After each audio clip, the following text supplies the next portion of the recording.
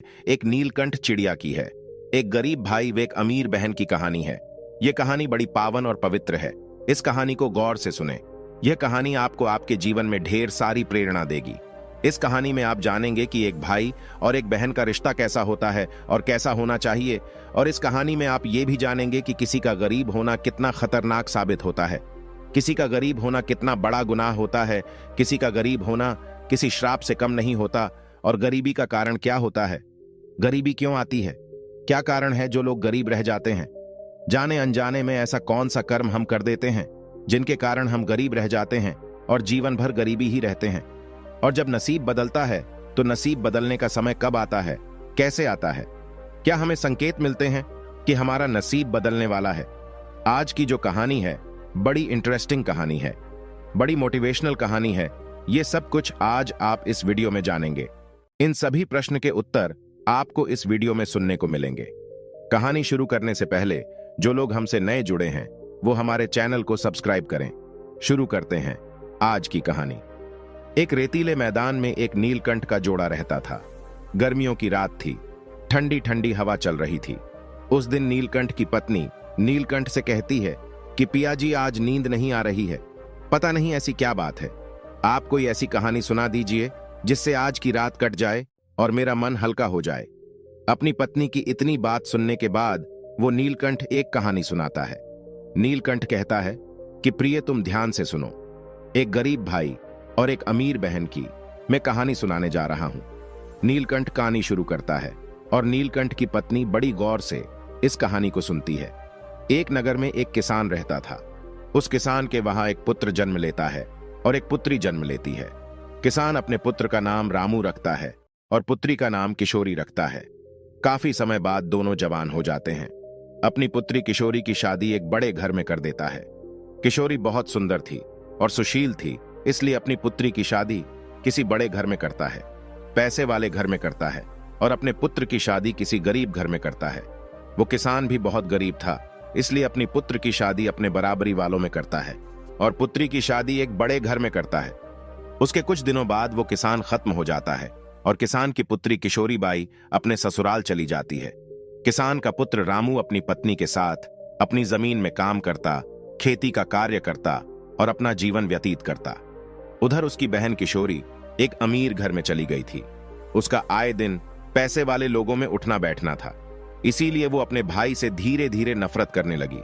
वो सोचने लगी कि मेरा भाई बहुत गरीब है और उसकी गरीबी के कारण यदि वो यहाँ पे आता है फटे पुराने कपड़े पहनकर तो मेरी इमेज खराब होती है, मेरी इज्जत खराब होती है। इसीलिए वो नहीं तो अपने भाई से बात करती, नहीं कभी अपने भाई को अपने ससुराल में बुलाती। उसका भाई रामू को भी ये अच्छी तरह मालूम था कि मेरी बहन मुझसे नफरत करती है, अमीरी गरीबी के कारणों से नफरत करती है। इसलिए रामू भी कभी अपनी बहन के ससुराल नहीं जाता था। कुछ समय बाद में रामू की बहन किशोरी की जेठानी की बच्ची की शादी होने वाली होती है, लेकिन रामू की बहन किशोरी अपने भाई रामू को न्योता नहीं देती है। जब रामू को इस बात का पता लगता है कि उसकी बहन के ससुराल में उसकी जेठानी की बच्ची की शादी होने वाली है और कुछ ही दिनों में शादी होने वाली है, तो रामू अपने घर आकर अपनी पत्नी से कहता है कि बहन किशोरी के ससुराल में कि उसकी जेठानी की बच्ची की कुछ ही दिनों में शादी होने वाली है। तब रामू की पत्नी रामू से कहती है कि न्योता आया है या नहीं। रामू कहता है कि न्योता आया है और हमें जाना पड़ेगा। रामू अपनी बहन के ससुराल जाने की तैयारी करता है। रामू बहुत गरीब था, बहुत निर्धन था। किसी से पैसे उधार लेता है और पैसे उधार लेकर अपनी बहन किशोरी के लिए अच्छी अच्छी साड़ियां खरीदता है, अच्छे अच्छे कपड़े खरीदता है। किशोरी की जेठानी की बच्ची जिसकी शादी थी उसके लिए भी अच्छे से कपड़े खरीदता है और अब बहन के ससुराल जाने की तैयारी करता है। रामू बहन के ससुराल चला जाता है। जब किशोरी की जेठानी अपनी देवरानी के भाई को आते हुए देखती है तो दौड़ी दौड़ी अपनी देवरानी के पास जाती है और देवरानी से कहती है कि किशोरी, तुम्हारा भाई आया हुआ है और बाहर तुम्हारा इंतजार कर रहा है। जब किशोरी अपनी जेठानी से कहती है कि मेरा भाई कैसे कपड़े पहना है, तो किशोरी की जेठानी कहती है कि तुम्हारा भाई फटे पुराने कपड़े पहन के आया है, मैले कुचैले कपड़े हैं। अपनी जेठानी की इतनी बात सुनने के बाद रामू की बहन किशोरी अपने घर के दरवाजे बंद कर लेती है और रामू बाहर ही खड़ा रहता है। रामू को काफी घंटे हो जाते हैं लेकिन उसकी बहन घर से बाहर नहीं आती है। जब फिर से किशोरी की जेठानी को यह पता चलता है कि किशोरी का भाई अभी भी बाहर खड़ा है, वो फिर से अपनी देवरानी के पास जाती है और आवाज लगाती है, किशोरी दरवाजा खोल, तुम्हारा भाई अभी भी बाहर खड़ा है। बड़ी मुश्किल के बाद किशोरी अपना दरवाजा खोलती है और अपनी जेठानी से कहती है कि दीदी मैं बाहर नहीं जा सकती, तुम मेरे भाई को पिछले दरवाजे से अंदर ले आओ। किशोरी की जेठानी किशोरी के भाई को पिछले दरवाजे से मकान के अंदर ले आती है। जब रामू बड़े दिनों के बाद अपनी बहन किशोरी को देखता है तो आंखों से आंसू टपक जाते हैं और अपनी दुख भरी आवाज में कहने लगता है, अरे बहना, क्या तुम तुम्हारे भाई को भूल गई? लेकिन उसकी बहन किशोरी अपने भाई से कहती है कि तुम्हें यहां किसने बुलाया है? मैंने तो तुम्हें न्योता भी नहीं भिजवाया, फिर भी तुम बेशर्म यहां चले आए। और कहती है कि तुम्हारी तो कोई लाज शर्म है नहीं, तुम्हारी तो कोई इज्जत है नहीं। फटे पुराने कपड़े पहनकर मेरे घर पर चले आए, कम से कम मेरी इज्जत का तो ख्याल किया होता, कम से कम मेरे मान सम्मान का तो ख्याल किया होता। रामू की बहन किशोरी इतनी खरी खोटी अपने भाई को सुनाती है। रामू सिर नीचे करके अपनी बहन की पूरी बात सुनता रहता है, अपने मुख से एक लफ्ज तक नहीं निकालता। उसके बाद रामू की बहन किशोरी रामू को एक कमरे में ले जाती है और कमरे में ले जा करके अपने भाई से कहती है कि तुम चुपचाप इस कमरे में बैठे रहो, अपने फटे पुराने मैले कुचैले कपड़े लेकर बाहर मत निकलना, जब तक मैं न कहूं तब तक तुम इसी कमरे में बैठे रहना। रामू कहता है कि ठीक है दीदी, कोई बात नहीं, जैसा आप उचित समझे। यदि आप कह रही है इसी कमरे में बैठा रहूं तो मैं इसी कमरे में बैठा रहूंगा। जब रामू की बहन किशोरी अपने भाई को कमरे में बिठा देती है और खुद बाहर निकल जाती है और बाहर से दरवाजा बंद कर देती है। अब रामू उस कमरे में बैठा रहता है। 3 दिन निकल जाते हैं, लेकिन किशोरी अपने भाई को कमरे से बाहर नहीं निकालती है। उधर रामू भूखा प्यासा उस कमरे में बैठा बैठा इंतजार करता है। उस कमरे में बैठे बैठे रामू की हालत खराब हो जाती है। वो बीमार हो जाता है क्योंकि 3 दिन से एक ही कमरे में बंद था, न ही तो कुछ खाया न ही कुछ पिया, यहां तक उसको पानी तक नसीब नहीं हुआ। वो उसी कमरे में बंद रहता है। अंततः 3 दिन गुजरने के बाद रामू धीरे धीरे दरवाजे तक जाता है और दरवाजे के पास जाकर के अंदर से दरवाजा खटखटाने लग जाता है। जब रामू दरवाजा खटखटाता है तो बाहर से किशोरी की जेठानी उस दरवाजे की आवाज को सुनती है और वो देखने लगती है कि इस कमरे में ऐसा कौन बंद है जो दरवाजा खटखटा रहा है। तब किशोरी की जेठानी आकर के उस कमरे के दरवाजे को खोलती है तो देखती है कि उसकी देवरानी किशोरी का भाई अंदर बेसुध हालत में पड़ा हुआ है। किशोरी की जेठानी किशोरी के भाई को उस कमरे से बाहर निकाल देती है और कहती है कि तुम्हें इस कमरे में बंद किसने किया? अब वो मजबूर भाई, लाचार भाई रामू क्या कहता कि मेरी बहन ने ही मुझे इस कमरे में बंद किया है। अब वो लाचार और मजबूर भाई कहता है कि पता नहीं, मैं इस कमरे में बैठा था लेकिन अकस्मात किसी ने दरवाजा बंद कर दिया और उसके बाद मैं इसी कमरे में बंद हो गया। इतनी बात कहने के बाद वो बाहर निकल जाता है। बाहर निकलकर रामू सीधा अपने घर के लिए रवाना हो जाता है। अब रामू रास्ते में रोता हुआ आता है, भूखा प्यासा, अपनी बहन के घर का पानी तक नहीं पिया। अंततः वे काफी दूर आने के बाद रामू को चक्कर आने लगे। तेज गर्मी पड़ रही थी, भूखा प्यासा अलग था, पानी तक रामू ने नहीं पिया। तब रामू को जोरदार चक्कर आने लगे। चक्कर खा करके और रामू गिरने लगा तो एक बूढ़ी माँ वहां पे आ जाती है और वो बूढ़ी माँ रामू को पकड़ लेती है। फिर रामू का सर अपनी गोद में रख करके वो रामू को आराम करवाती है। तब रामू कुछ देर उस माँ की गोद में सर रख करके आराम करता है। जब कुछ घंटों बाद रामू को फिर से होश आता है तो देखता है कि बूढ़ी माँ की गोद में रामू का सर है। रामू खड़ा होता है, उस माँ को प्रणाम करता है, कहता है कि माँ तुम कौन हो? नीलकंठ इस बात को कह रहा है और नीलकंठ की पत्नी इस बात को बड़ी गौर से सुन रही है। नीलकंठ आगे कहता है कि ये जो बूढ़ी माँ है एक देवी माँ है। रामू की जो पत्नी थी वो देवी माँ की बहुत बड़ी भक्त है। वो रोज देवी माँ की बहुत तगड़ी भक्ति किया करती थी। इसलिए जब रामू चक्कर खा के गिरने लगा तो देवी माँ प्रकट होकर वो रामू को अपनी गोद में सर लेकर के सुला लेती है। जब रामू को होश आता है तो रामू देवी माँ को प्रणाम करता है। उसके बाद रामू देवी माँ को प्रणाम करके और वापस जाने लगता है। तभी वो देवी माँ बूढ़ी माँ कहती है कि बेटा कहाँ जा रहे हो और कहाँ से आ रहे हो? तब रामू कहता है कि माँ मैं अपनी बहन के ससुराल से आ रहा हूं और मेरे घर को जा रहा हूं। तो बूढ़ी माँ रामू से कहती है कि पुत्र तुम शादी से आ रहे हो, क्या अपनी बहन के वहां से कुछ लेके नहीं आए? रामू कहता है कि मां, अब आपसे क्या छुपाना, आपने मेरी प्राणों की रक्षा की है। तब रामू उस बूढ़ी मां को वो पूरी घटना बताता है। वो बूढ़ी मां पूरी घटना को सुनती है। पूरी घटना रामू बताता है। उसके बाद वो बूढ़ी मां कहती है कि पुत्र, तुम चिंता ना करो, यहां से कुछ ही दूरी पर मेरा एक बगीचा है, उस बगीचे में चलो। रामू उस बूढ़ी मां के साथ उस बगीचे में जाता है।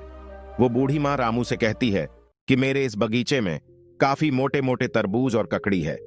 इन तरबूज और ककड़ी को आप तोड़ लीजिए और तोड़ करके किसी थैले में डाल लो, और जब तुम्हारे बच्चे और तुम्हारी घरवाली ये पूछें कि तुम अपनी बहन के वहां से क्या लेके आए, तो तुम ये तरबूज और ककड़ी उनको दे देना और कह देना कि बहन ने ये भिजवाए हैं, तो तुम्हारी लाज रहेगी, तुम्हारा मान सम्मान बचा रहेगा। उस बूढ़ी मां की इतनी बात सुनने के बाद रामू उस बूढ़ी मां की बाड़ी में से, उस बूढ़ी मां के बगीचे में से कुछ ककड़ी या और कुछ तरबूज तोड़ लेता है और तोड़ करके और कट्टे में भर के और वहां से रवाना हो जाता है। सीधा अपने घर को आता है। जैसे ही रामू घर को आता है तो रामू के छोटे छोटे बच्चे और रामू की घरवाली रामू के पास आ जाती है। रामू की छोटे छोटे बच्चे कहते हैं कि पापा आ गए, बुआ जी के वहां से क्या क्या लेके आए हैं? शादी में गए थे, मिठाई लेकर आए होंगे। जब रामू अपने हाथों का थैला अपनी घरवाली को थमा देता है और घर से बाहर चला जाता है, पीछे से रामू की घरवाली जब उस थैले को खोल के देखती है तो उसमें देखती है कि सोने का तरबूज है और सोने की ककड़ी है। वो देखकर बड़ा चकित होती है। रामू की घरवाली सोचने लगती है कि हमारी गरीबी पर हमारी ननद को बड़ी दया आ गई, इसलिए उन्होंने इतना सारा धन भेजा है। जब दूसरे तरबूज को खोलती है तो उसके अंदर देखती है कि बीजों की जगह उसके अंदर हीरे मोती पड़े हुए हैं। अब रामू की घरवाली अपने पति के पास जाती है और उनसे कहती है कि तुम तो शादी में गए थे और ये क्या लेके आए हो? रामू सोचने लगता है कि मेरी घरवाली को तरबूज और ककड़ी मिल गई है, मैं लड्डू लेके नहीं आया। शादी में गया था इसलिए लड्डू लाना चाहिए था। अब मेरी घरवाली को लड्डुओं की जरूरत है। ककड़ी और तरबूज को देखकर इस तरह की बातें कर रही हैं। रामू अपनी घरवाली से कहता है कि बहन ने जो भी भेजा है वो मैंने खोल के भी नहीं देखा। रामू की पत्नी अपने पति को पकड़कर घर के अंदर लेके आती है और अपने पति से कहती कि जी देखिए, हमारी ननद ने हमारा भाग्य बदल दिया, इसमें इतना सारा धन है, हीरे मोती जवाहरात हैं। अब रामू समझ जाता है कि वो जो बूढ़ी मां थी वो कोई देवी मां थी, वो कोई साधारण मां नहीं थी। लेकिन रामू अपनी पत्नी से इस बात को नहीं कहता है। रामू की घरवाली को सदा से ही लग रहा था कि सारा धन मेरी ननद ने भेजा है, हमारी गरीबी पे तरस खाकर हमारी ननद ने भेजा है।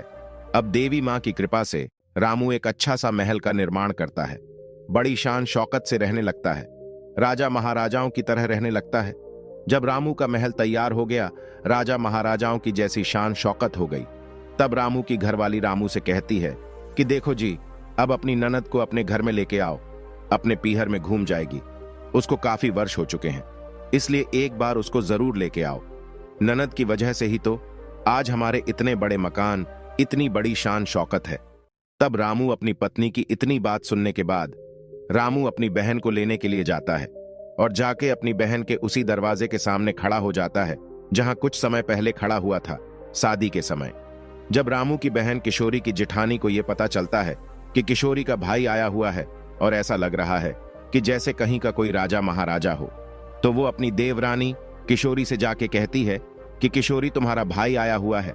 अपनी जेठानी की इतनी बात सुनने के बाद किशोरी कहती है कि भिखारी मेरा भाई नहीं है, क्योंकि किशोरी हर बार उसको भिखारी समझ रही थी।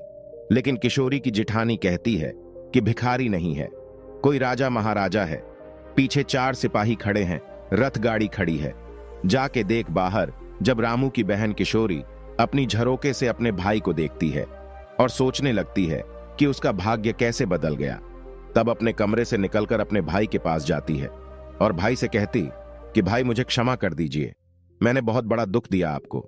फिर भी रामू अपनी बहन किशोरी से कुछ नहीं कहता है। कहता है कि बहन, कोई बात नहीं, उस वक्त हमारे दिन ऐसे ही थे, लेकिन अब रामू कहता है कि अब आपको हमारे घर चलना है, अपने पीहर में चलना है। रामू की बहन रामू के साथ जाने के लिए तैयार हो जाती है और वो अपने भाई के साथ अपने पीहर आती है।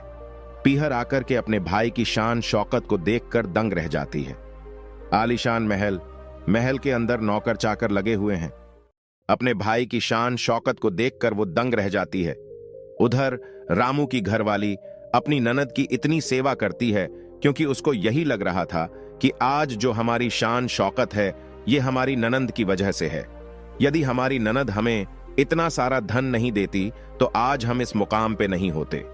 उसको ये लग रहा था क्योंकि रामू ने अपनी पत्नी को कभी सच्चाई बताई नहीं थी, इसलिए रामू की घरवाली अपनी ननद की इतनी सेवा करती, उसको हाथों में बिठाए रखती। कुछ दिन निकलने के बाद जब रामू की बहन किशोरी का जाने का समय हुआ तो रामू अपनी बहन के लिए एक मोची के पास जाता है और मोची से रामू अपनी बहन के लिए एक बोलने वाली जूती बनवाता है। मोची से जाकर कहता है कि मोची ऐसी जूतियां बनाओ जब मेरी बहन पहन के चले तो ये बोले और वो ये कहे। अब रामू उस मोची को ऐसी 8 बातें बताता है कि ये जूतियां जो आप बनाओगे ये 8 बातें बोलनी चाहिए। ये बड़ी अनमोल बातें हैं, इनको ध्यान से सुनिएगा। सबसे पहली बात ज्ञान की है कही, मान तू मत भूल, होती है अज्ञानता निर्धनता का मूल। दूसरी बात, समय भरोसे बैठता रहता सदा गरीब, बिना कर्म बदले नहीं उसका कभी नसीब। तीसरी बात, आलस्य कर रहता सदा, जो परिवर्तनहीन वही कर्म फिर करे, कहे स्वयं को दीन।